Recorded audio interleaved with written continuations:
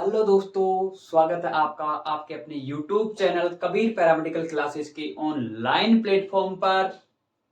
तो दोस्तों, जैसा कि आप सभी को पता है, अपन ने DMLT first year and second year की क्लासें स्टार्ट कर दी हैं। अभी तक अपन ने ब्लड का part first and second complete कर लिया है। दोस्तों, अगर अभी तक आपने हमारा blood part first and second नहीं देखा है तो अभी जाके आप डिस्क्रिप्शन में देख सकते हो, जिसकी लिंक दी गई है। तो दोस्तों, सबसे पहले अपन बात कर रहे हैं हेमेटोलॉजी की, और सबसे पहले स्टार्ट कर रहे हैं हेमेटोलॉजी। सबसे पहले देखेंगे अपन कि हेमेटोलॉजी का इंट्रोडक्शन क्या होता है। इंट्रोडक्शन के बाद में बात करेंगे कि सिलेबस ऑफ हेमेटोलॉजी क्या होता है, कौन कौन से टॉपिक अपन हेमेटोलॉजी के अंदर पढ़ने वाले हैं। तो सबसे पहले बात करते हैं इंट्रोडक्शन की कि हेमेटोलॉजी का मतलब क्या होता है, डेफिनेशन क्या होती है। उसके बाद में अपन एक एक टॉपिक की सिलेबस की बात करेंगे, और सिलेबस के बाद में फिर अपन हर एक टॉपिक को डिटेल वाइज स्टडी करेंगे। तो सबसे पहले देखते हैं इंट्रोडक्शन। इंट्रोडक्शन क्या होता है। देखो, सबसे पहले बात करें इंट्रोडक्शन की और हेमेटोलॉजी की कि हेमेटोलॉजी का मीन क्या होता है। देखो, हेमेटोलॉजी हिमा प्लस में लॉजी, दो वर्डों से मिलकर बना हुआ है। ठीक है। अगर हम हिम की बात करें, इसकी हिम की बात करें या हेमा की बात करें, तो हिम का मतलब होता है क्या डियर, ब्लड। ठीक है, क्या होता है, ब्लड। और लॉजी का मतलब क्या होता है, स्टडी करना। तो इसका मतलब सीधा सा मतलब हो गया कि स्टडी ऑफ ब्लड। क्या हो गया, स्टडी ऑफ ब्लड। की अपन हिमेटोलॉजी के अंतर्गत किसकी स्टडी करते हैं, ब्लड की स्टडी करते हैं डियर। किसकी स्टडी करते हैं, ब्लड की। अब बात आ गई ब्लड की कि अपन ब्लड की स्टडी करते हैं। ठीक है। अगर अपन इसका फादर ऑफ हेमेटोलॉजी देखें कि भाई हेमेटोलॉजी के फादर कौन है, हेमेटोलॉजी की डिस्कवरी किसने की, मतलब डिस्कवरी का मतलब कि आइडेंटिफाई, जो ब्लड सेल है उसकी आइडेंटिफिकेशन किसने किया, तो वो बात आती है विलियम विलियम हैवसन। किसने किया था डियर, विलियम हैवसन ने किया था। और कब किया था, 1770 में। ठीक है, 1770 में इस साइंटिस्ट ने क्या किया था डियर, हमारी जो ब्लड सेल है, डब्ल्यूबीसीज हैं जैसे, तो इनको क्या किया था, आइडेंटिफाइड किया था। क्या किया था डियर, आइडेंटिफाइड किया था। ठीक है। तो ये थी इसके फादर ऑफ हेमेटोलॉजी की बात। अब बात करें इसके डेफिनेशन की कि भाई अपने को मीन तो पता चल गया कि इसका मीन क्या होता है, कि मीन होता है स्टडी ऑफ ब्लड। कि हेमेटोलॉजी के अंतर्गत अपन ब्लड की स्टडी करते हैं, ब्लड का अध्ययन करते हैं, ब्लड के अंदर प्रेजेंट जो भी चीजें होती हैं उसकी स्टडी करते हैं। ये तो अपने को पता चल गया, लेकिन इसकी डेफिनेशन क्या होती है, अब अपन बात करते हैं इसकी डेफिनेशन की। देखो, डेफिनेशन क्या होती है, haematology is a branch of medicine that is deal with the study of blood. की हेमेटोलॉजी एक मेडिसिन की वह ब्रांच होती है दैट इज डील विद, जिसमें अपन डील करते हैं स्टडी ऑफ द ब्लड। किसकी, स्टडी ऑफ ब्लड की स्टडी करते हैं। एंड ब्लड फॉर्मिक ऑर्गन, यानी कि जो ऑर्गन ब्लड को फॉर्म करता है, बनाता है, सिंथेसिस करता है, उसकी भी बात हम ब्लड के अंतर्गत करते हैं, हिमेटोलॉजी के अंतर्गत करते हैं। एंड ब्लड डिजीज, और जो ब्लड के अंदर होने वाली जितनी भी डिजीज हैं उनकी स्टडी अपन कहाँ करते हैं डियर, हिमेटोलॉजी के अंतर्गत करते हैं। जैसे पोलीसाइथेमिया है, ल्यूकेमिया है। ठीक है, ये क्या है, डिजीज हैं, और इनकी स्टडी भी अपन कहाँ करते हैं डियर, हेमेटोलॉजी के अंतर्गत करते हैं। तो ठीक है डियर, ये था अपना हेमेटोलॉजी का इंट्रोडक्शन। और इंट्रोडक्शन में हमने हेमेटोलॉजी के मीन की बात कर ली, फादर ऑफ हेमेटोलॉजी की बात कर ली, और डेफिनेशन की बात कर ली। अब अपन बात करेंगे इसकी सिलेबस ऑफ हेमेटोलॉजी की। सिलेबस ऑफ हेमेटोलॉजी में कौन कौन से टॉपिक अपने सिलेबस में हैं, तो अपन बात करेंगे अब सिलेबस ऑफ हेमेटोलॉजी। बात कर रहे थे सिलेबस ऑफ हेमेटोलॉजी की, और सिलेबस ऑफ हेमेटोलॉजी को डियर अपन तीन टाइप से पढ़ेंगे। कितने टाइप से, तीन टाइप से डिवाइड किया है अपन ने। कि सबसे पहले अपन देखेंगे बेसिक चीजें। सबसे पहले क्या देखेंगे, बेसिक्स देखेंगे। बेसिक्स में सबसे पहले बात करेंगे इंट्रोडक्शन ऑफ क्लिनिकल हिमेटोलॉजी, कि भाई हिमेटोलॉजी का नॉर्मल इंट्रोडक्शन क्या होता है, उसका मीन क्या होता है। सबसे पहले बात करेंगे इंट्रोडक्शन ऑफ क्लिनिकल हेमेटोलॉजी की। उसके बाद में अपन बात करेंगे method of collection of blood sample, कि ब्लड सैंपल कलेक्शन के कितने मेथड होते हैं, अपन कितने टाइप से ब्लड कलेक्शन कर सकते हैं। उसके बाद में अपन बात करेंगे, बेसिक के अंदर ही बात करेंगे एंटीकोगुलेंट की, कि सैंपल कलेक्शन करने के बाद में अपन कौन सी वाइल में कौन सा सैंपल लेते हैं, कौन सी वाइल की एंटीकोगुलेंट वाइल में सैंपल लेते हैं। एंटीकोगुलेंट का मतलब होता है कि ब्लड को क्लॉट होने से रोकना, यानी ब्लड को क्लॉट नहीं होने देना, ये मतलब होता है एंटीकोगुलेंट का। तो अपन ने ब्लड कलेक्शन कर लिया, ब्लड कलेक्शन करने के बाद में जो सैंपल किस एंटीकोगुलेंट की वाइल में लेंगे वो चीज अपन पढ़ेंगे एंटीकोगुलेंट्स के अंदर।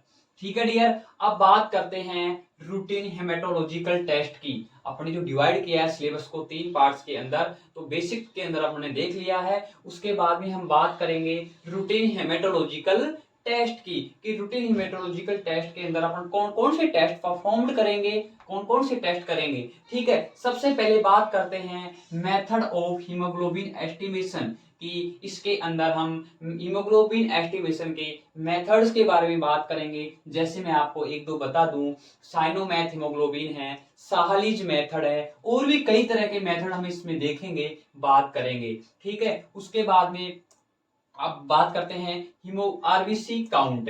क्या करेंगे, आरबीसी काउंट भी अपन रूटीन हेमेटोलॉजिकल टेस्ट के अंदर देखेंगे कि आरबीसी का काउंट कितना क्या है, कौन सी डिजीज में इंक्रीज होती हैं, कौन सी डिजीज में ये डिक्रीज हो जाती है। ऐसे ही अपन टोटल डब्ल्यूबीसी काउंट क्या करेंगे, टोटल डब्ल्यूबीसी काउंट भी हेमेटोलॉजिकल टेस्ट के अंदर ही बात करेंगे। प्लेटलेट्स काउंट है, फिर हम बात करेंगे रेटिकुलोसाइट काउंट की। रेटिकुलोसाइट काउंट के अंदर अपन बोन मेरो के अंदर जो आरबीसी बनने की जो प्रोसेस होती है उसकी एक्टिविटी को क्या किया जाता है, चेक किया जाता है, डिटेक्ट किया जाता है। ठीक है, रेटिकुलोसाइट काउंट में।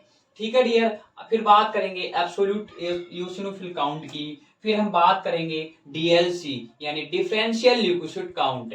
कौन किसकी, differential leucocyte count. Dear leucocyte count के डिफरेंशियल ल्यूकोसाइट काउंट के अंदर आती हैं न्यूट्रोफिल। कौन कौन सी आती है, न्यूट्रोफिल, बेसोफिल और इओसिनोफिल और मोनोसाइट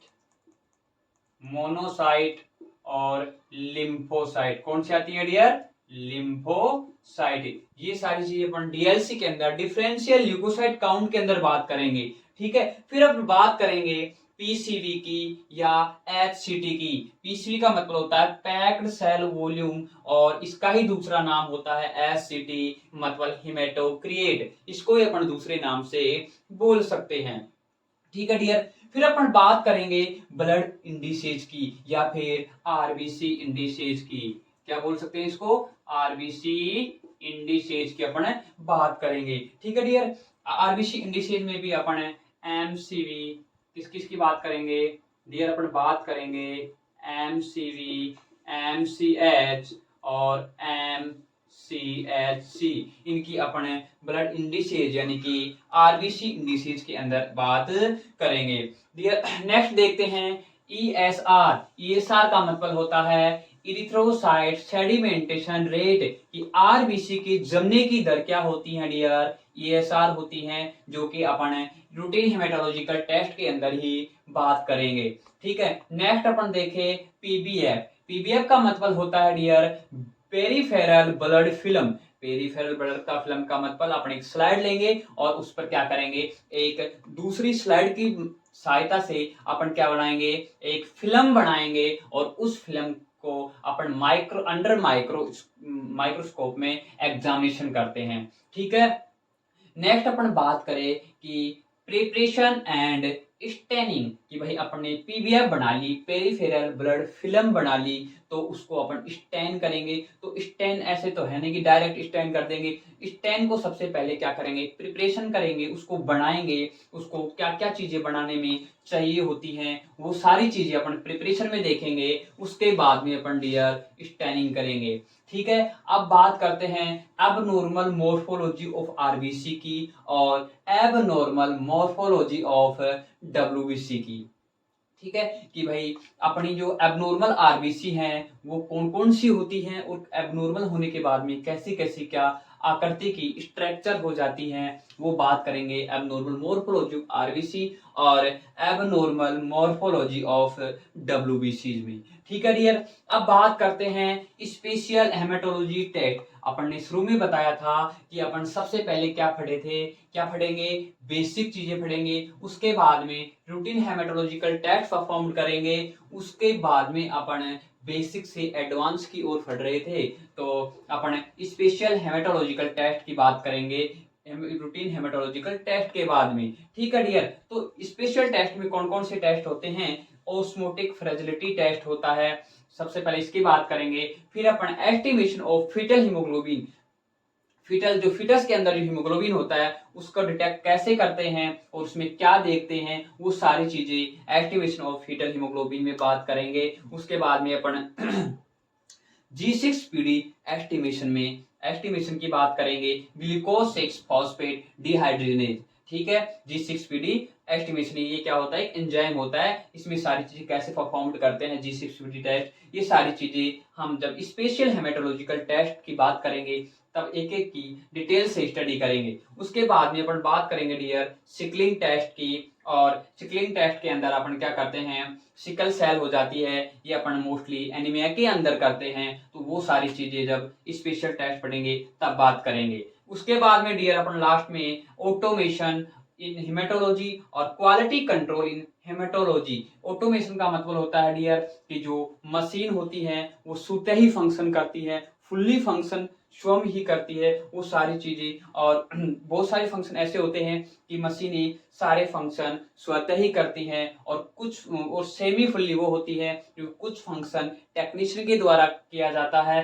और बाकी कुछ फंक्शन मशीन उसको परफॉर्म करती है। तो वो सारी चीजें अपन ऑटोमेशन में पढ़ेंगे कि कितने टाइप का होता है, सेमी फुल्ली, वो सारी चीजें ऑटोमेशन में बात करेंगे। और क्वालिटी कंट्रोल इन हेमेटोलॉजी और क्वालिटी कंट्रोल में अपन बात करते हैं डियर कि अपनी टेस्ट की एक्यूरेसी को जानने के लिए, अपनी टेस्ट की कि भाई अपना टेस्ट कितना सही है उसको जानने के लिए अपन क्या करते हैं, क्वालिटी कंट्रोल की स्टडी करते हैं। तो डियर इनका अपन क्या करेंगे, इनके बेसिक प्रिंसिपल की बात करेंगे। तो डियर ये था अपना सिलेबस ऑफ हेमेटोलॉजी। अब इसके बाद में अपन बात करेंगे हर एक टॉपिक की, अपन स्टार्ट करेंगे बेसिक से। सबसे पहले इंट्रोडक्शन ऑफ क्लिनिकल हेमेटोलॉजी, फिर बात करेंगे method of collection of blood sample की। तो बेसिक से अपन स्टार्ट करेंगे। तो दोस्तों ये था अपना सिलेबस ऑफ हेमेटोलॉजी। और तो दोस्तों अगर आपको हमारी वीडियो पसंद आई हो तो वीडियो को लाइक करना और सभी दोस्तों के साथ में शेयर करना। और हाँ, अगर आप हमारे चैनल पर नए हो तो चैनल को सब्सक्राइब करना और बेल आइकन के ऑल के बटन पर प्रेस करना, ताकि जो भी नया लेक्चर हम अपलोड करें उसका नोटिफिकेशन सबसे पहले आप तक पहुंच सके। ठीक है दोस्तों, तो मिलते हैं एक और नई वीडियो के साथ, जब तक के लिए थैंक यू सो मच।